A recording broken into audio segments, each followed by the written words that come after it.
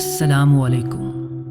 حضرت نوح علیہ السلام نے بحکم الہی جب کشتی بنانا شروع کی تو ایک مومن بڑھیا نے حضرت نوح سے پوچھا کہ آپ یہ کشتی کیوں بنا رہے ہیں؟ آپ نے فرمایا، بڑی بھی ایک بہت بڑا پانی کا طوفان آنے والا ہے جس میں سب کافر ہلاک ہو جائیں گے اور مومن اس کشتی کے ذریعے بچ جائیں گے۔ بڑھیا نے عرض کیا، حضور جب طوفان آنے والا ہو تو مجھے خبر کر دیجیے گا تاکہ میں بھی کشتی پر سوار ہو جاؤں۔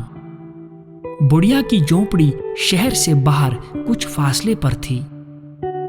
پھر جب طوفان کا وقت آیا تو حضرت نوح علیہ السلام دوسرے لوگوں کو تو کشتی پر چڑھانے میں مشغول ہو گئے مگر اس بڑھیا کا خیال نہ رہا، حتیٰ کہ خدا کا ہولناک عذاب پانی کے طوفان کی شکل میں آیا اور روئے زمین کے سب کافر ہلاک ہو گئے۔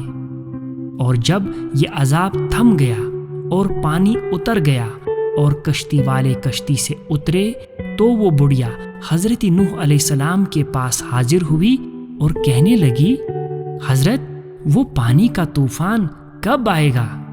میں ہر روز اس انتظار میں ہوں کہ آپ کب کشتی میں سوار ہونے کے لیے فرماتے ہیں۔